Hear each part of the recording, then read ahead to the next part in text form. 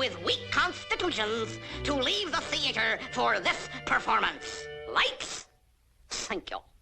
Some appropriate music, maestro? Thank you. First, I drink a generous portion of gasoline. Then, some nitroglycerine. A goodly amount of gunpowder. Some uranium-238. Shake well. Strike an ordinary match. Girls, you'd better hold on to your boyfriends. Swallow the match. So.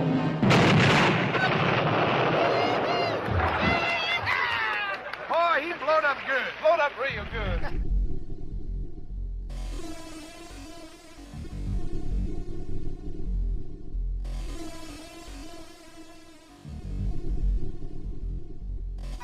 Well, I want to begin by thanking the people of South Carolina. This is a special state. These are special people. We got a little boost last week. From a place we all remember. Special, we love it. And they sent us in here with a very good feeling, right? And they travel and they go, oh, I said, what are you doing? And now they're going to Texas. And they're going all over. Some are going to Nevada. New Hampshire.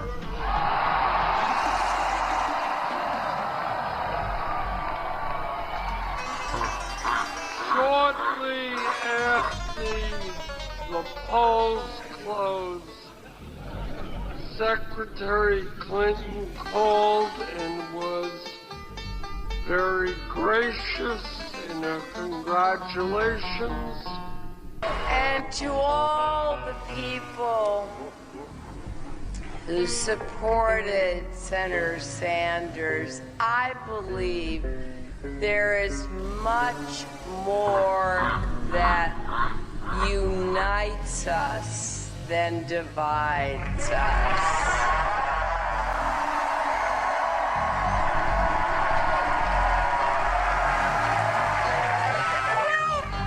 We started this race not far from here on Roosevelt Island.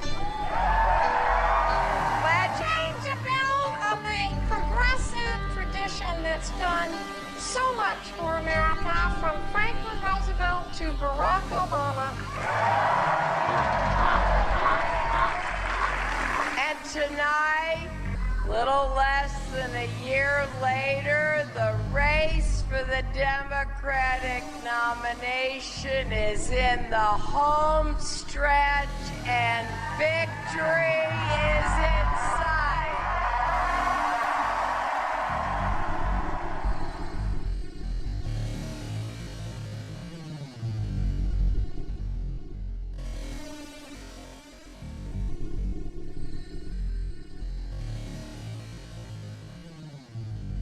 BlissVille presents Misadventures in BlissVille, Yo Mama So Fat 2016 Head Cleaning Edition, as told to the American public by David Lawler.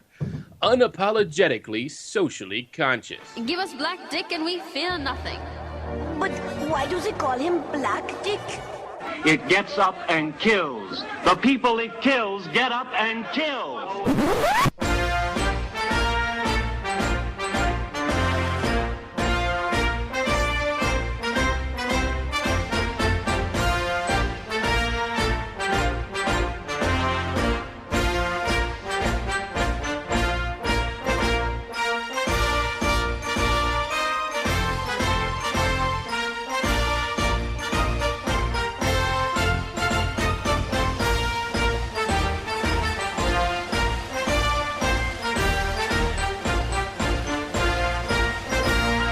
Protecting freedom of conscience from government discrimination, to provide certain protections regarding sincerely held religious belief or moral conviction for persons, religious organizations, and private associations. So any one of those three, which is everything in the world, means, in Mississippi at least, and in, I guess, parts of North Carolina. I'm not really sure if North Carolina has adopted this in this specific It's not lettering. the same thing. It's just about transgender bathrooms. Transgender bathroom.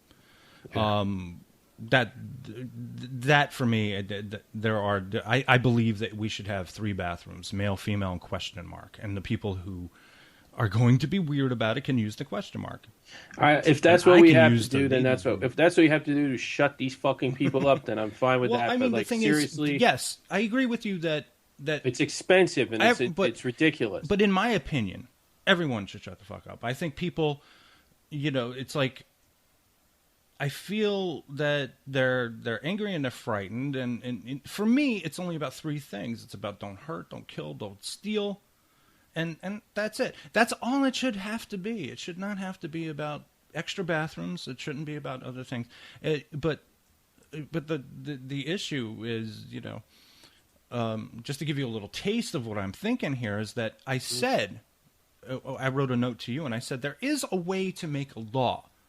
Or not, I'm not quite sure about law. That's harsh. That's harsh. But there is a way to get what you want without having religion enter the picture. The religion part is what really concerns me. Right. So that's why religion should never enter the picture when it comes to No. You hold on one second. This act is terrifying for a couple of reasons. Like, first of all, what you said, the part that you read, and this is also in Section 3 of the Act, because I'm looking at it right now, too. Mm-hmm. The sincerely held religious beliefs or moral convictions protected by this Act yes. are blah, blah, blah, blah, blah, as follows, and it's a bunch of terrible stuff. It's like, guys, legislation does not exist to protect religious beliefs. Let's just take the religion out of it. Yes, it is not exactly. To protect beliefs or convictions. Your beliefs or your convictions are protected by you, and you're believing them or feeling, convicted about them. That's what beliefs and convictions Well, the very first thing, okay, it says religious, right? But then it says moral conviction. Now, is moral conviction a way of getting atheists in on this so that they don't have to say it's about religion, it's about your moral conviction? A lot of people think that religion is why we have morality, and I disagree completely because I'm an atheist. I'm with you on that. And is this a way of trying to get them in on this? I think it's about trying to get atheists in, but I think it's a way of trying to make the umbrella a little broader to make sure that people don't go, well, this or that is not religious, and so they go, well, it is a moral conviction. But do you get what I'm saying though? That just beliefs and convictions are not protected by law. You're not supposed to put religion anywhere in any kind of a law except to say religion stays over here, the law stays over here. Well, I completely agree with that. But even beyond that, any belief or conviction is not protected by law. I could believe all kinds of things and have convictions about all kinds of things, but it is not appropriate for the law to protect them. Nor is it appropriate for you to use your religious belief to keep everyone else out. Well, certainly not. I mean, it's totally inappropriate at so many levels. And so it's scary because of the religious piece, but it's also scary because it's setting up this weird precedent that all of a sudden something really, really sort of hard to pin down is something that we can now protect by law. Well, yeah, like your beliefs and your convictions can now be. So does that mean my ideas can be protected by law? And I don't mean my copyrighted ideas about stuff. I just mean my general ideas. Like, it should be okay for me to have the idea, to do X, Y, or Z, and I'm going to take people to court if I feel like my idea is being threatened. Right. Well, it's completely what ridiculous. You're saying there could work on either side, though. It's ridiculous. No, I mean, it's ridiculous on any side. No one should be forced to bake a cake for someone under threat of some kind of violation of the law. No one should be forced to take a picture of someone unless, No, I'm sorry. That's total bullshit. Because you can quit your job as a cake baker and go do something else. Yes, I know. You are in a service industry, and that means serving the public that you live in the community that you live in, and everyone is a part of that community. It doesn't matter what they do or who they are. So they can come in and say, I would like a cake. This is my opinion. This is how I feel, too. I mean, I feel that way. It's not just an opinion. That is the fact. Well, it's my opinion. I view it as my opinion because it doesn't bug me. It doesn't really bug me. I mean, if I'm a baker and you're coming in. It's just so inane. And you want me to bake a cake for your gay wedding or something like that? Damn, I am here to do that. I want your business. This is a great way to lose business. That's if you the go whole point of capitalism. Yeah, I know. I mean, like, you're talking at least 20% of the population might be coming in there looking for a cake for a homosexual wedding or something like that. Somebody might need a photographer.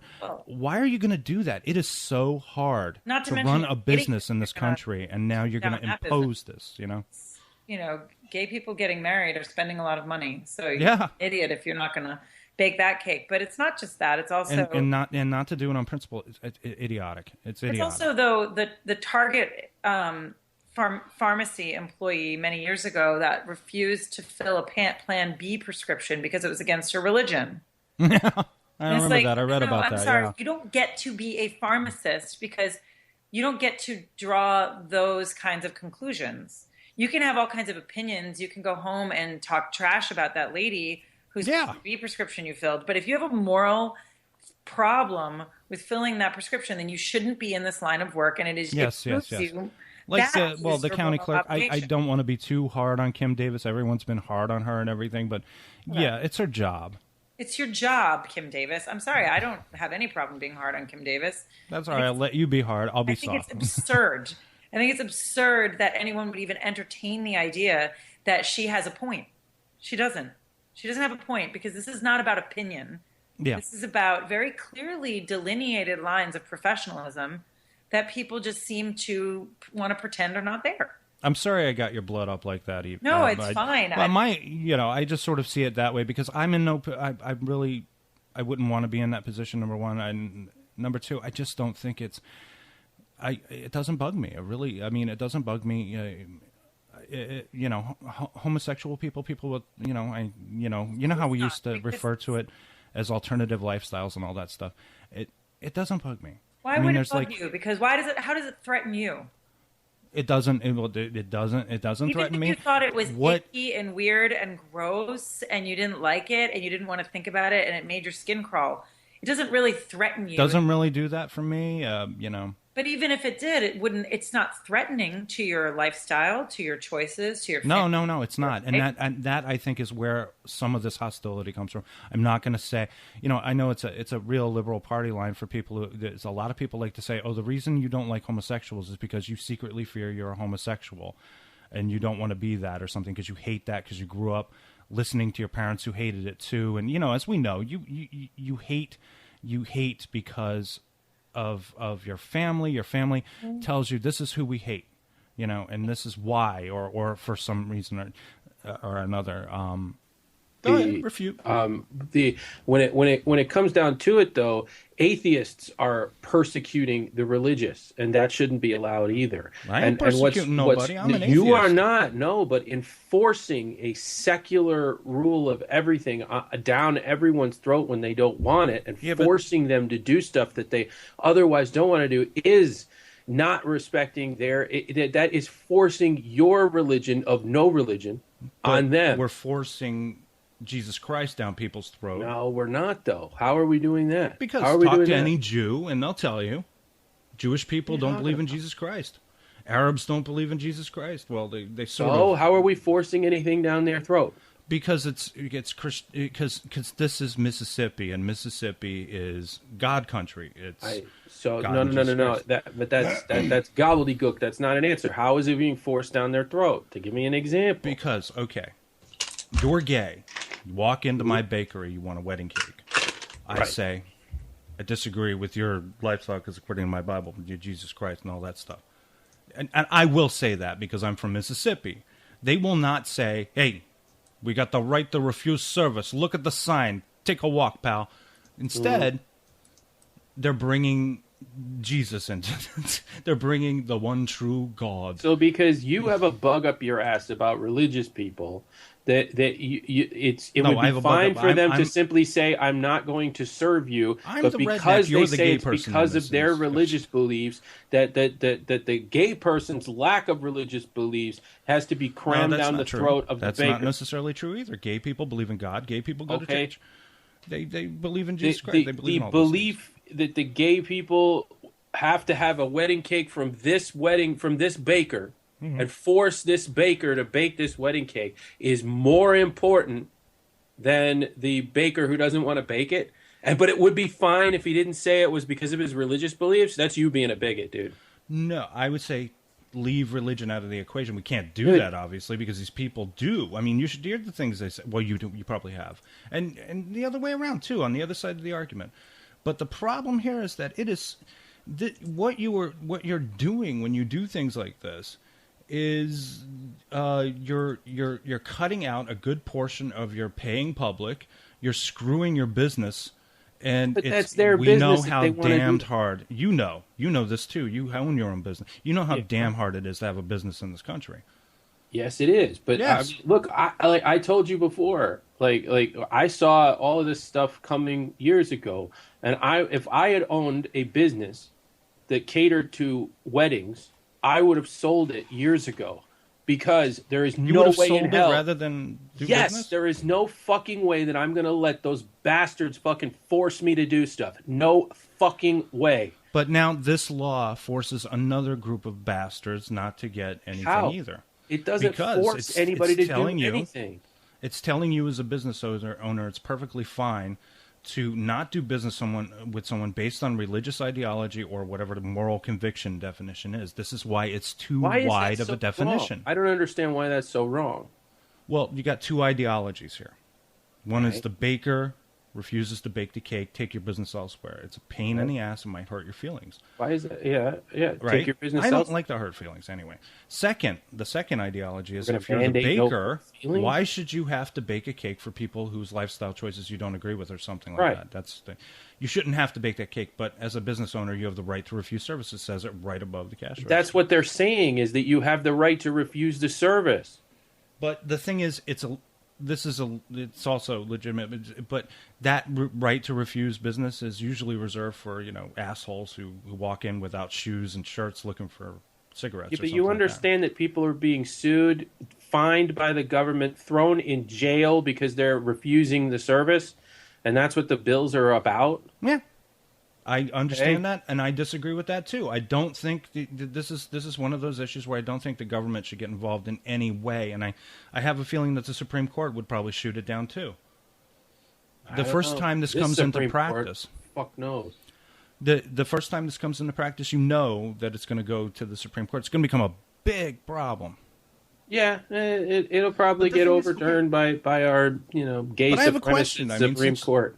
You obviously have an opinion about this, and it's a pretty stern one too. I mean, why though? Why wouldn't you want to make a cake? Why wouldn't you want to take a picture? But it has really nothing to do with that. It has to do with it has nothing to do with.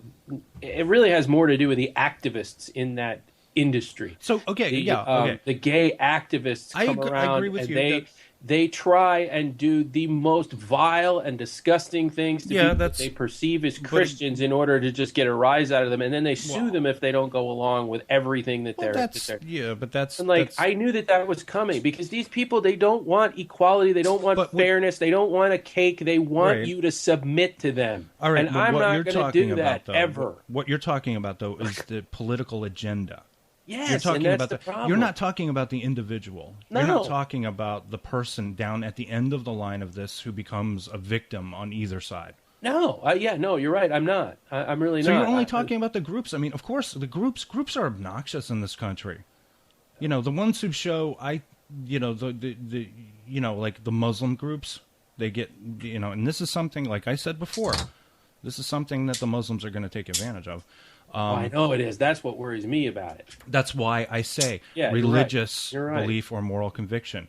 That's why it's too wide of a net to catch a lot a lot in. You need specific language when you're. I think that's a reasonable argument, but I specific language. I understand there is a need to protect people from being abused by these activists. They're abusing people. They're trying to force their lifestyle into other people's lives, and that shouldn't be happening. What do you think about those people that a political agenda that holds up signs and that say God hates fags? I think those people are pieces of crap. Yes, That's what I want to hear. I wanted to hear that because who doesn't think that? There's nobody.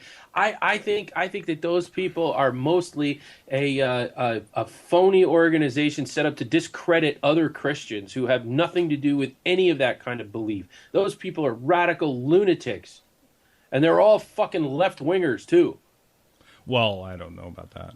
Yeah, they are. I know a lot. I lived in the South for a year at a time when it was really disgusting to see a lot of these were Republicans. They were sons of the soil, the children of the common clay, if you will, and they were racist. They hated gay people. They hated everything. And they hated everything that wasn't white and chewed tobacco. In the South for the year, and you know. And I got family down there too. You know, again, I don't know what South Carolina's like, but I know you border Tennessee. But when we lived in Tennessee, it was like there were no black people, there were no colored people. Even they were niggers. They were all of them niggers. And that's such a horrible word. I hate hearing that word. It made me sick to hear that word. And the way they treated, I mean, like, it was all white people. And if there was one black kid in the class, you know, I saw the other side of this divide, too. As well as being a victim of it for being the only white kid in a class. I saw one black kid get so much shit just for being black. Just for being black. I don't know about gay people. There weren't that many gay people in Tennessee, as far as I know. They might have been in when was this anyway? This was from 1984 to 1985. Oh, okay. So it was, and you know, I mean, like, you passed through so many different. You traveled. You've traveled. You've driven between New York and the South. You probably passed by a lot of places that have Confederate flags and all that stuff. Never really had a problem with that, but. Oh yeah, Confederate. The guy with the greasy armpits and wearing a tank top who's cooking my meal and looking at the Confederate flag is kind of funny, actually. I don't know. It's just that here, I don't know. I got a lot of gay friends, you know, and I understand how they feel. They feel picked on. I mean, these are individual gay people. They're not part of any coalition. They're my age. They're like in their 40s or something. They've kind of passed into adulthood. They're like largely the groups that represent them are the ones who are picking on people. Somebody goes out and just writes up this law, and it's like, you know. It hurts if you're. I can understand. I can relate. I know what it's like to be picked on. It feels like if you're standing out there all by yourself as like a gay person, you're going to feel picked on. Okay, well, that's because your group, your representatives are telling you that you're being picked on. But what they're trying to do is to stop people from being picked on, and I bet you that your friends are not recognizing that is occurring. Like other people are being preyed upon and picked on. You know, it's so much easier just to bend over and grab your legs and take it, right? It's so much easier. It's so much easier. No. It's so much easier just to do business with people. Why can't we do business with people?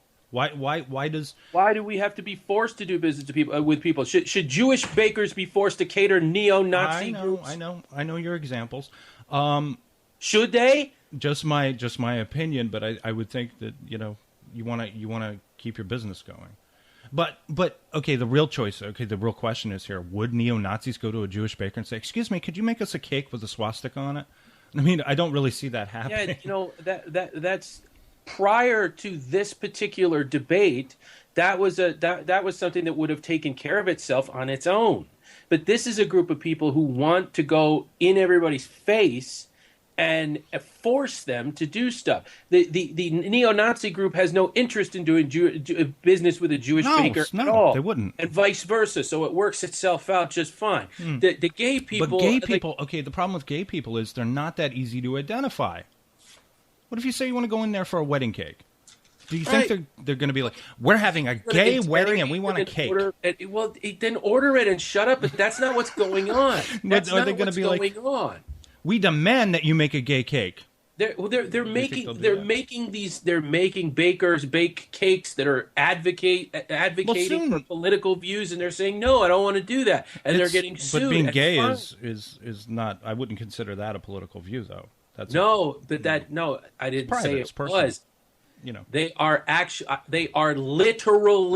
are literal examples of them going into bakers and trying to force them to bake cakes that say things like gay marriage is awesome and shit like that. And a big pink ice cream cake penis or something like that. Well, that is not an example that I'm familiar with. I am familiar with them baking, them trying to order cakes with that advocate for gay marriage and the writing. Have you seen this? Have you seen? I have heard about it. Have you seen behaviors like this?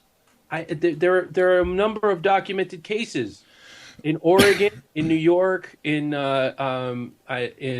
I forget where now. There's documented cases of that, and then there's documented cases of gay people being tortured, raped, murdered, hung up on trees, things like that. Boys don't cry, that kind of stuff.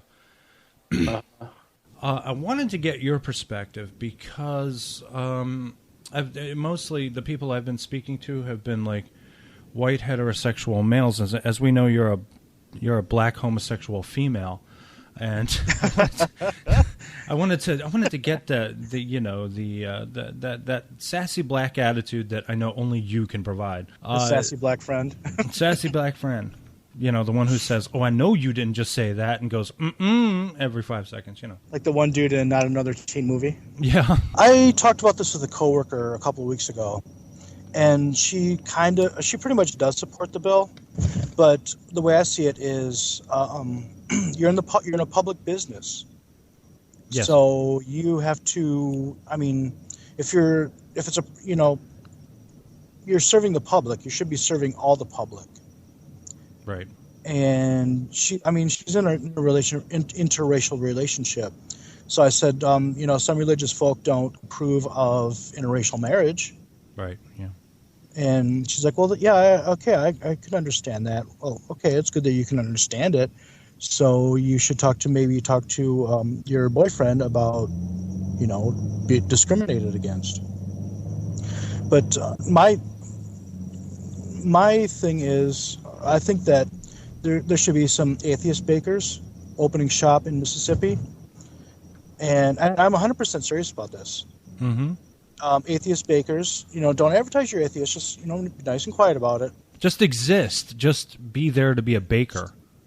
Right. Well, no, but to like an activism thing, if someone comes in and wants like a cake for a christening or whatever, I can't do it. I'm sorry. It's against my religious faith. I don't have a religious faith, and I don't think that Christianity is healthy. I'm not going to do it. Okay, so you're subscribing to the smart ass mentality. Yeah, exactly. Basically, you sound just want to be a smart ass. I'm sorry, we do not make religious cakes in here. This is a completely non-secular bakery, as you can see. No pictures of Christ, no pictures of Buddha, and God forbid you should make a cake with a picture of Muhammad on it, right? Well, I wanted to ask you about your friend. Now, your friend supports the bill. Now, does she support it along those lines, that she feels like she might be discriminated against for having to bake a cake for gay people or something? Is that how she sees it? She's born again Christian.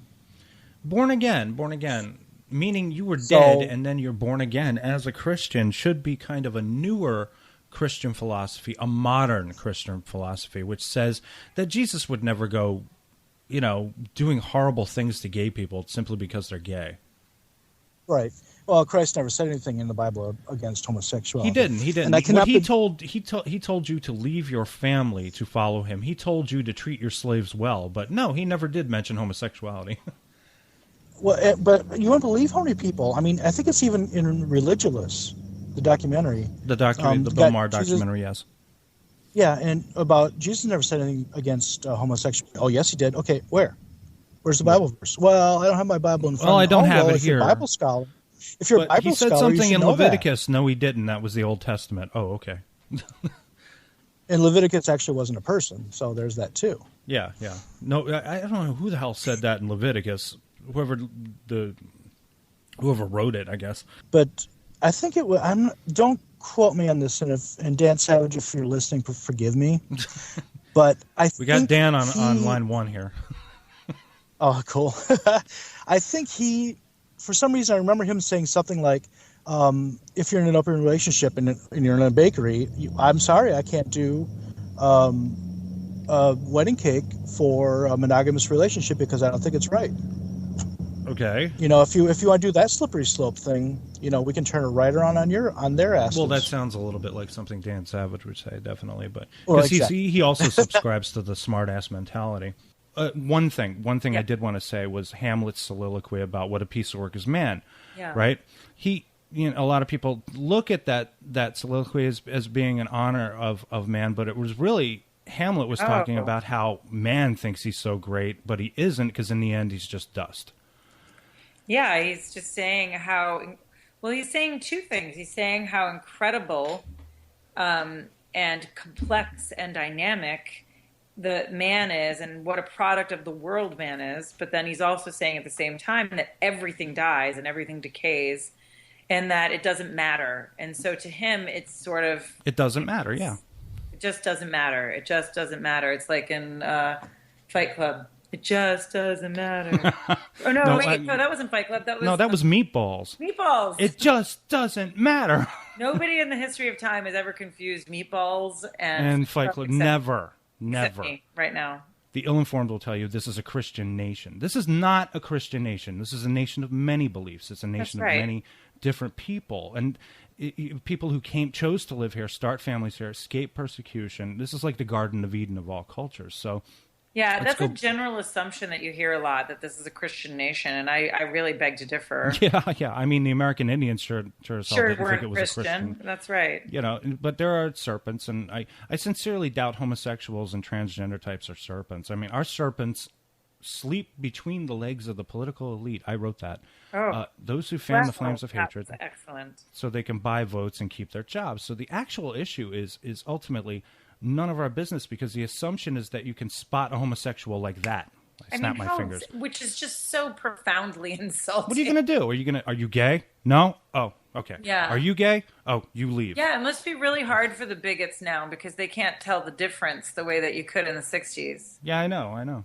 It's not like, okay, it might be true in some cases, like Mr. Roper and his grin whenever Jack Tripper had to momentarily go full flaming just to keep up the lie that he was gay so he could live in the apartment. He would always kind of like come on to Mr. Roper a little bit to act like he was gay. Yes. Whenever Roper suspected that he was straight. Yes. Even though it's completely unfair for a landlord to demand that if a third person was living with Chrissy and Janet, he had to be gay. Of course, it's absurd that they have to be all, clean and whatever. But I love that you just brought up Mr. Roper in this discussion. It makes me really happy. I was just thinking, he always give him this look like, you're gay, you're like a gay person. He's kind of fascinated with the idea of gay people. Sure. A lot of people, it's very hard to move into this 21st century, this more enlightened age when it comes to alternative lifestyles, if you will. I hate using that term. A lot of people, say, slow down. Let us take a breath. Let us figure this out. I understand them too, because it's taken me a long time, and I'm a Generation Xer. It's taken me a while to finally come to terms with this. Yeah, I mean, look, I get that. I have compassion, and I feel like there are moments when you look around and think it's no country for old men. No, it is definitely not. And I get that. There are many cultural mores that are dying out that you just kind of that are that's a sad thing too at times. But I also think, but you got to adapt or die. That's it. I mean, I get it. Adapt or die. I like that. I get it, but I have compassion, but I also think, I hear you and I feel for you, but get on board. And I heard both sides of the argument, of course. This is where the phrase moral conviction becomes more intriguing, because two ideologies are at play here. The first being, if the baker refuses to bake the cake, take your business elsewhere. It's a pain. It might hurt your feelings. Just find another baker and end it. The second is, if you're the baker, why should you have to bake a cake for people whose lifestyle choices you don't agree with? You shouldn't have to bake that cake. As a business owner, you have the right to refuse service. It says it right above the cash register in most places. And this is also a legitimate argument, but it's usually reserved for like rowdy drunks who don't wear shirts, who walk in looking for a pack of menthols. Since you have the right to refuse service, it doesn't say you have the right to discriminate against people. Yeah. Those are two different things to me, and I think there is an assumption underneath the idea that you can refuse service as a private business. And it doesn't mean that you can refuse service on the basis of, like, I don't like the way you are. Yeah.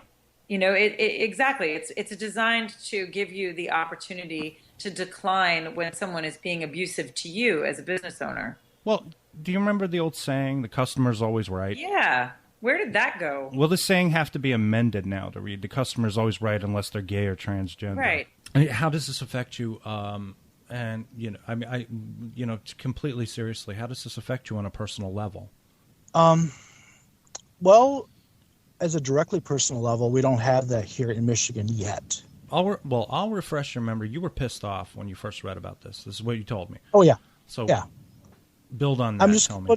putting it into perspective. It does piss me off because it seems like I hate people who play victim. And they're being, gay weddings, we can't do that because that's against our religion. Well, if you don't like gay weddings, don't have one. Right, yeah. No, it's that simple. I feel bad for the people in Mississippi but this is this can hypothetically spread to EMT. Okay.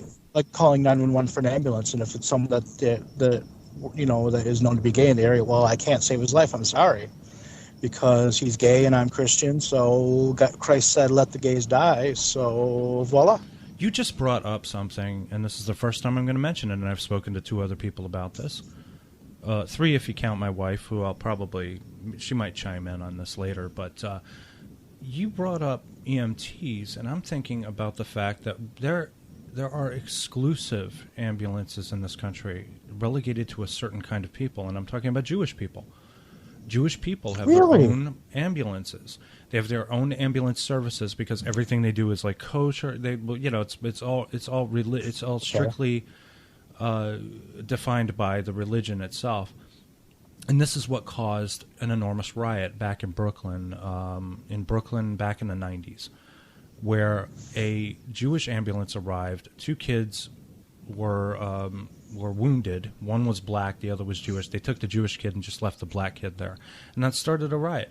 And this is something that we don't talk about that much. We don't tend to, when we talk about religion as an ill-informed,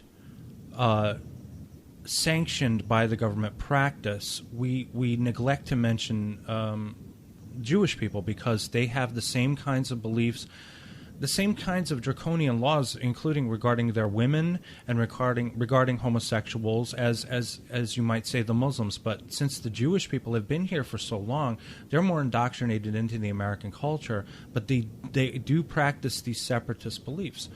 And I wonder why the government doesn't step in and say, if you call yourself an ambulance service, you better be out there helping everyone and not just your own kind.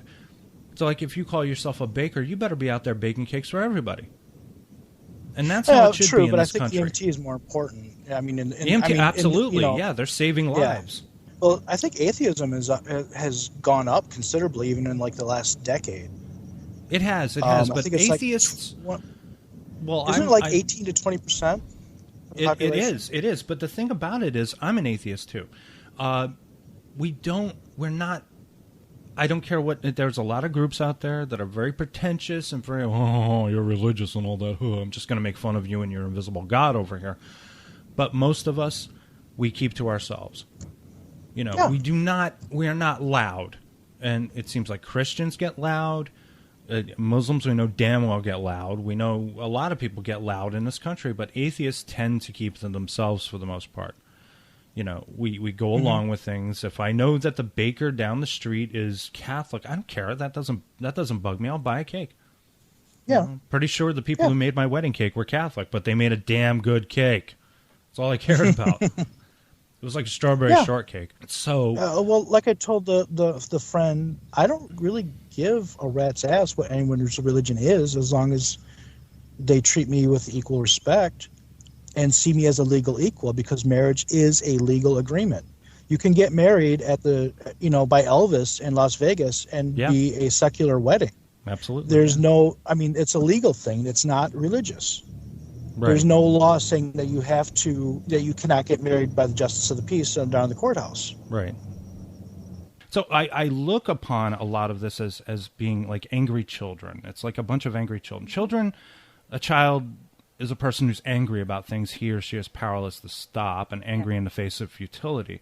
So the people who write these bills, the people who agree with these bills, the religions and the cultures who advocate for these bills are children. Yes. People should be able to proudly love who they love, regardless of how you, I, or Andrew feels. And this is why I don't know if you've considered this, but this is why I framed this law, and many like it, as an Americanized form of Sharia law. Yeah, agreed. Sharia law being draconian measures the theocracy of Islam will take to control their population, including punishment, execution of homosexuals, as well as mistreatment of women and minorities. This law is written is so exactly designed in that way. It's designed to be able to construe, based on opinion, what is, the offending act or behavior, and then be able to punish it. Now, unfortunately, liberals run into a bit of a problem with this because, as we know, liberals are kind of known for being appreciating or experiencing multiculturalism, but an American theocracy, totally inappropriate, insidious extension of government power over citizens using religion as the catalyst, is forming. Unfortunately, this paves the way for those who actually do practice Sharia law coming in to a place like Mississippi and saying, hey, I'm right at home here. You guys hate homosexuals too. I mean, I don't know a single liberal who embraces multiculturalism that would want anyone practicing Sharia law in the United States.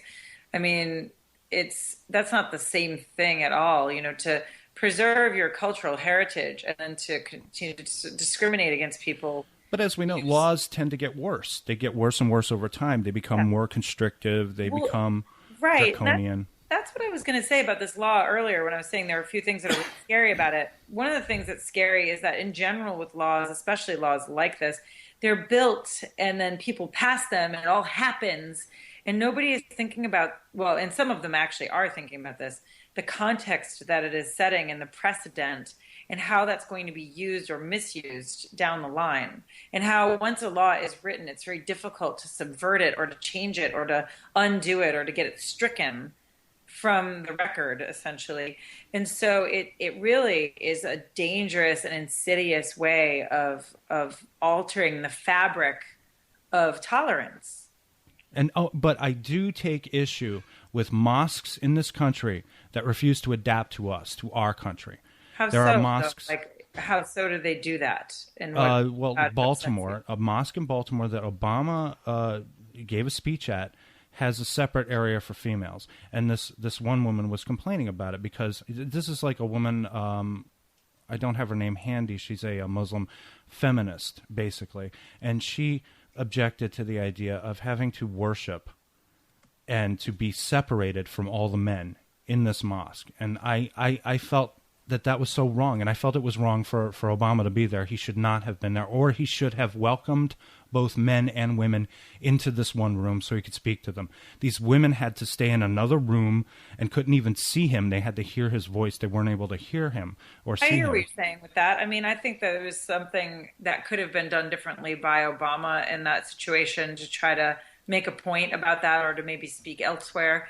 Having said that, I mean, we have, and I disagree with the way Catholics do it too, we have Catholic churches that segregate, ladies with babies from everybody else and put them in a room, and then we have 1,000,001 different segregated organizations that separate men from women in the United States. Yes, I know, and we should not have that in this country. Yeah, I mean, it's ridiculous, but I don't think this is 2016 for crying out loud, At least, this is kind of a weird thing to say, but at least in the situation, at least in the example of a mosque, Islamic religion actually does hold men and women to different standards, and it's not that surprising, is what I'm saying. Whereas a lot of other places, I wouldn't walk into a mosque and be super shocked if they were like, you have to go to this separate place. They would probably freak out if they saw you. And it's like, if I'm a Muslim woman, I'm not going to be attending that mosque if I'm a feminist. I wouldn't want to be treated like that if I was. Are you kidding? And also I just wouldn't ever be a Muslim woman. It's just not your thing. But that's just me. I can't imagine I just can't get around it. But having said that, it doesn't have to make sense to me. What I found interesting, we had some neighbors down our block who were Saudi Arabian. Saudi Arabia, very beautiful family, wonderful people. Nicest. Their children played with Regan all the time. They moved. They went down to, I think they went down to South Carolina, strangely enough. But lovely people. The wife, I forget her name. I keep forgetting her name. Bronwyn knows her name. But she was studying, she was going to college in this country. And she was studying, and she was doing a lot of things that they're not really permitted to do in Saudi Arabia. But she still wore the hijab. She still wore the stuff. She could not. Okay, if I came in, I had to help her with her computer one time, right? She didn't have her headdress on, right? She had to put it on right away before I came into the room, which I just thought was so silly. I mean, it's okay around other women, or your husband or your children or something. But if another man comes into a room, there's no relation or anything. It's like to her, that feels like if I was wearing my nightgown and then a workman came over. Right, you very quickly throw on a robe or something. You have to put on a robe. It covers. It just doesn't feel comfortable to be around a strange man. So it's instinctive, is what you're saying. Right. It's I'm saying that she has developed. She's been enculturated in a way that, that has the same, those two things are the same, But she is but what I've noticed, being in a nightgown. But what I've noticed, what's a good thing about this is our country's kind of a disease. And she got infected with it because she's starting to become more and more American. She had one of her last conversations she had with my wife before they left was, do you think I need liposuction? I feel like I should get some liposuction. Oh, my God. Wow. It's of all the things She doesn't really need it, by the way. She's incredibly beautiful. She's really exotically beautiful. But of all the things that you would adopt from Western culture. That's what you get, yeah. Yeah, how upsetting is that? How fucked up is that? We do liposuction well in this country. Yeah. This is a weird thing. I just want to say, because I tell clients this all the time and they're always in disbelief. I just like to say to anyone listening that might be considering liposuction that you have a fixed number of fat cells in your body, and they will be that many no matter what happens. So the number of fat cells never changes. It's just the size of them that changes. So when you get liposuction and they suck fat out of your ass, for example, you will just get those fat cells will regenerate elsewhere in your body. Probably right on the tip of your head, and then you'll have to look like John Merrick for the rest of your life, or Rocky Dennis. Or something. Anyway, just my parting words about liposuction. Wait, what are your thoughts on lap band or stomach stapling? I think any surgery, elective surgery is a ridiculous term, because surgery is something that should be avoided at all costs unless it's crucial that you get it. There are some people that are in medical danger that should get something like the gastric bypass. Right. But beyond that, I don't believe anybody should get any kind of invasive surgery unless they absolutely have to. Because look at Al Sharpton now. My God, he looks like a deflated football. Anyway. Yeah. Yes. If I were to play Denny's advocate, I'm going to call Denny's advocate, not devil's advocate. But you're telling me you're fine with the idea of, this person hates everything I am and the way I live my life, so I don't get a cake and I'm fine with that? No.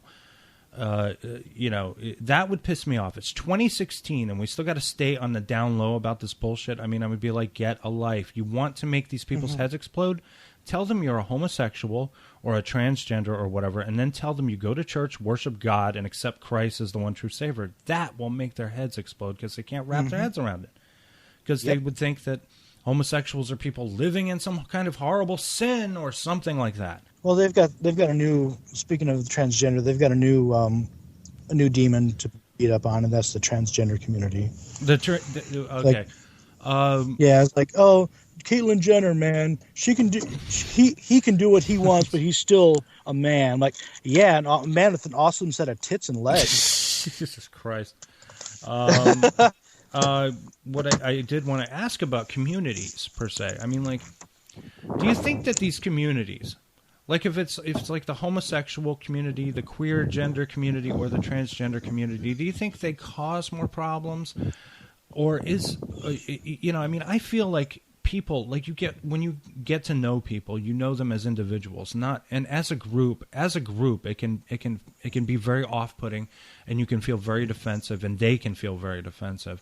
So do you think this groupthink idea is doing more damage? I really, honestly, in my experience, think that the biggest problem religious folk have with the gay community is the whole theory of, God makes no mistakes. Well, homosexuality is a sin. Well, there's homosexuals, so that means God makes mistakes, which means that God doesn't exist. My head's exploding. Yes. I think if judging from what I have seen personally, I think that's the route that they're thinking or taking when they think. So, what do you think about to? Pardon? Go ahead. Finish. Oh, I was kind of pretty much done. I was just going to say that they want to make themselves feel secure, so they will discount anything that proves otherwise. Like I think it was Pat Robertson. There was Pat, our friend Pat. Yeah. Yeah. Well, in the mid '90s, there was like a Mars. They found water or something on Mars, and there's like a life form in it. Okay. And Pat Robertson kind of, was off his meds or something, and he said something like, "Well, the devil put that there." The devil, yeah. And it's like, no, science put that there. Pat was just precious to me because he made the comment that the reason 9/11 happened was because of homosexuals. I was just like, okay, all right. You know what? Go with God, Pat. You really believe that?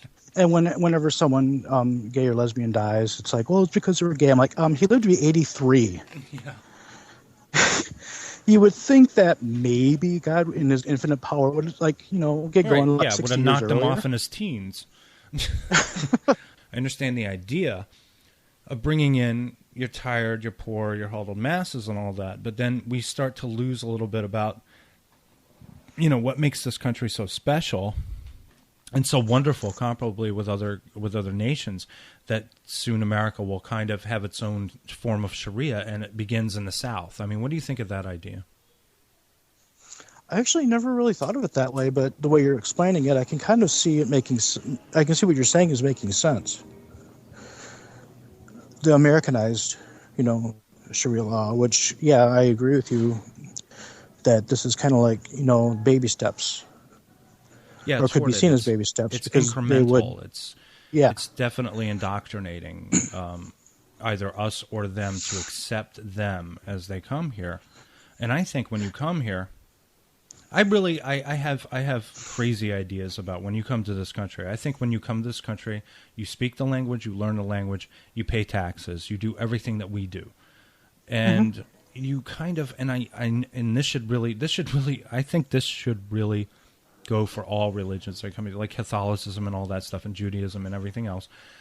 You have to kind of put that aside and remember, this is a nation. These are ideals that strengthen the body politic, that we have rules, that we have laws, and you shouldn't try to rewrite those laws to make yourself more comfortable.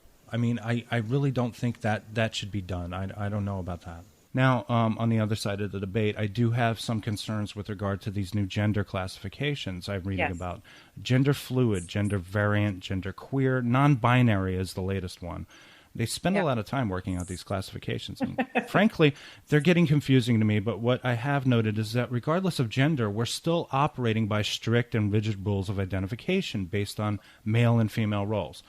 Let's say you're born a female, but you have enormous upper body strength. You can throw a 95-mile-an-hour fastball. You're good at sports. You drink beer. You're a construction worker. So you've come to the conclusion that you have interests traditionally associated with males. You're going to say, wait a minute. I'm just a man in a woman's body. That's sexist. You're ascribing strength and an interest in professional sports to males. And in a sense, you're mocking notions of femininity by saying women have no such interests. So in order to fuel this non-traditional idea of gender assignment, you're relying on traditional gender roles. What do you think about that?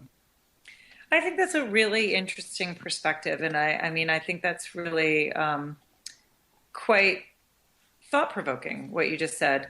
And thank you. I just sort of I sort of belched that out yesterday. No, I think that's definitely worth considering. However, I will say that it's been my limited experience with people who are transgender or people that identify as gender fluid or one of those terms that can be confusing, I understand, but I also understand why they exist.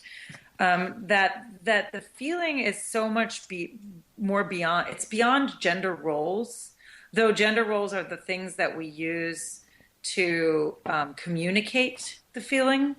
So I think that the reason why a lot of people will take on the male or the female role and then want to like look like that and then dress like that and seem like that in culture is so that they can be accepted as that.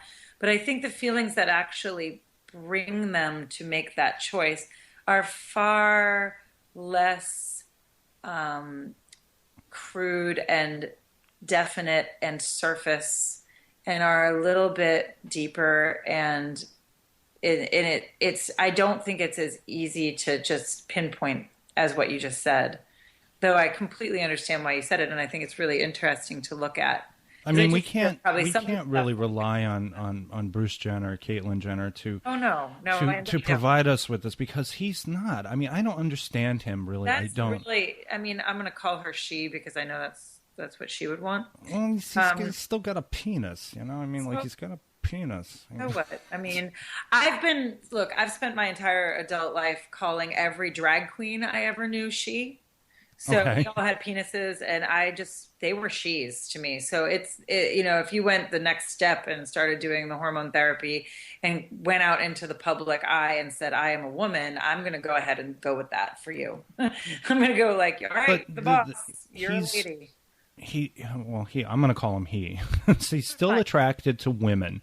He still wants to keep his penis, but he wants to kind of look like a woman. So this I don't get. And also he's a conservative Republican as well. I don't really know what Caitlyn Jenner wants because I haven't actually looked. Nobody knows.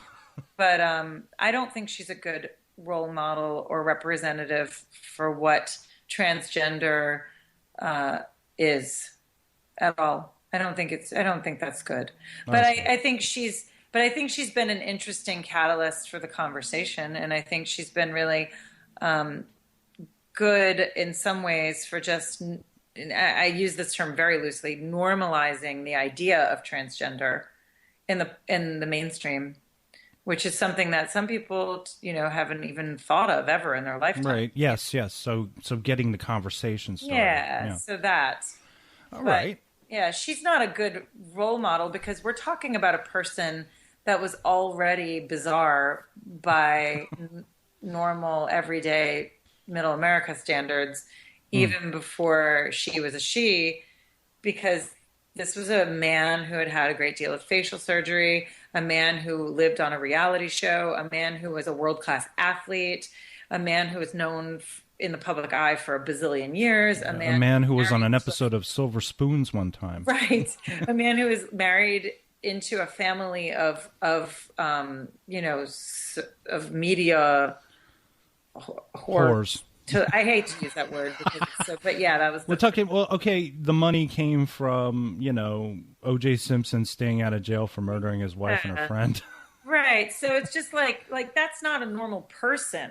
So that's the reason why Caitlyn Jenner is not a normal role model for transgender.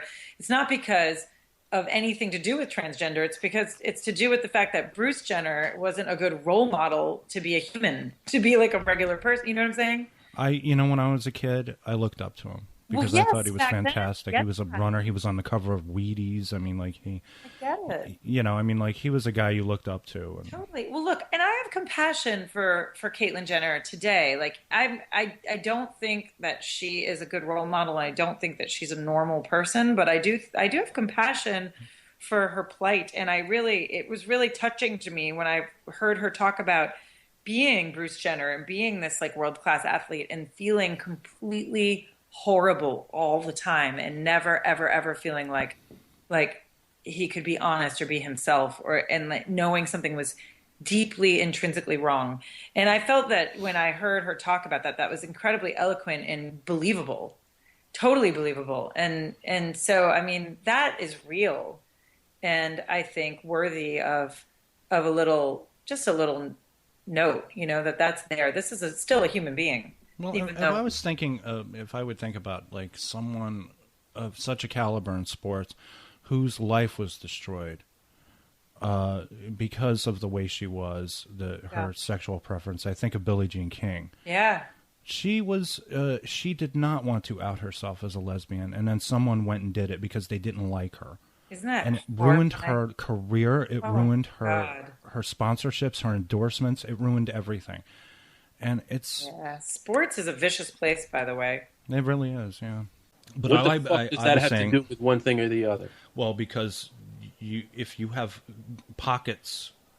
small pockets of populations that have certain cultures, and then those people, they happen to be passing through a place like Mississippi where they're being riled up, and this goes both ways, Andrew.